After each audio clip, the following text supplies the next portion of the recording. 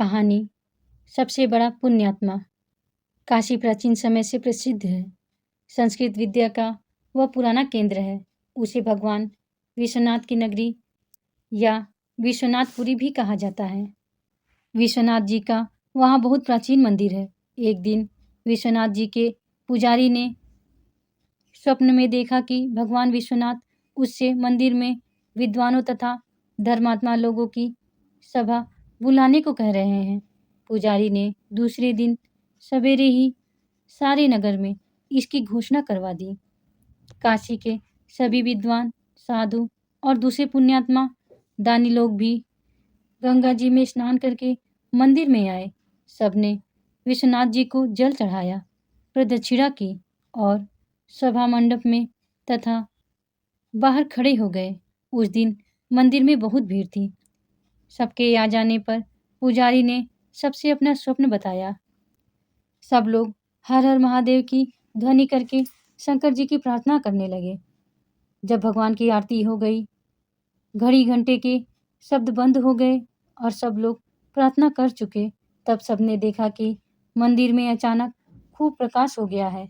भगवान विश्वनाथ की मूर्ति के पास एक सोने का पत्र पड़ा था, जिस पर बड़े बड़े रत्न जड़े हुए थे। उन रत्नों की चमक से ही मंदिर में प्रकाश हो रहा था। पुजारी ने वह रत्न जड़ित स्वर्ण पत्र उठा लिया।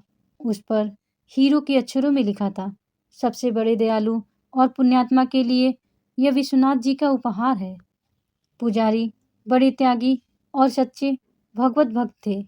उन्होंने वह पत्र उठाकर सबको दिखाया। वे बोले, प्रत्येक सोमवार को यहाँ विद्वानों की सभा होगी। जो सबसे बड़ा पुण्यात्मा और दयालु अपने को सिद्ध कर देगा, उसे यह स्वर्ण पत्र दिया जाएगा। देश में चारों ओर यह समाचार फैल गया। दूर दूर से तपस्वी, त्यागी, व्रत करने वाले, दान करने वाले लोग काशी आने लगे।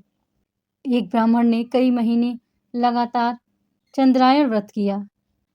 वे उस स्वर्णपत्र को लेने आए, लेकिन जब स्वर्णपत्र उन्हें दिया गया, उनके हाथ में जाते ही वह मिट्टी का हो गया। उसकी ज्योति नष्ट हो गई। लज्जित होकर उन्होंने स्वर्णपत्र लौटा दिया। पुजारी के हाथ में जाते ही वह फिर सोने का हो गया और उसके रत्न चमकने लगे। एक बाबूजी ने बहुत से विद्यालय बनवाए थे। कई स्थानों पर सेवाश्रम चलाते थे। दान करते करते उन्होंने अपना लगभग सारा धन खर्च कर दिया था।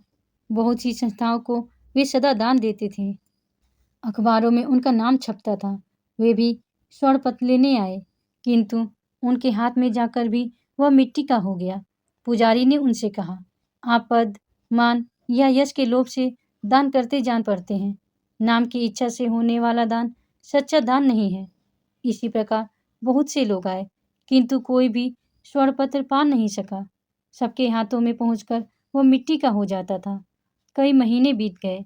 बहुत से लोग स्वर्ण पत्र पाने के लोभ से भगवान विश्वनाथ के मंदिर के पास ही दान पुण्य करने लगे, लेकिन स्वर्ण पत्र उन्हें भी मिला नहीं। एक दिन एक बूढ़ा किसान भगवान विश्वनाथ के दर्शन करने आया। वह देहाती किसान था। उसके कपड़े मैले और फटे थे। वह केवल विश्वनाथ जी का दर्शन करने आया था। उसके पास कपड़े में बंधा थोड़ा सत्तू और एक फटा कंबल था। मंदिर के पास लोग गरीबों को कपड़े और पूरी मिठाइयाँ बांट रहे थे, किंतु एक कोढ़ी मंदिर से दूर पड़ा कराह रहा था।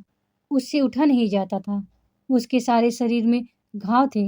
वह भूखा था, किंतु उसकी ओर कोई देखता तक नहीं था। बूढ़े किसान को कोढ़ी पर दया आ गई। उसने अपना सत्तू उसे खाने को दे दिया और अपना कंबल उसे ओढ़ा दिया।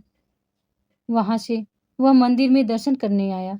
मंदिर के पुजारी ने अब नियम बना लिया था कि सोमवार को जितने यात्री दर्शन करने आते थे, सबके हाथ में एक बार वह स्वर्णपत्र रखते थे।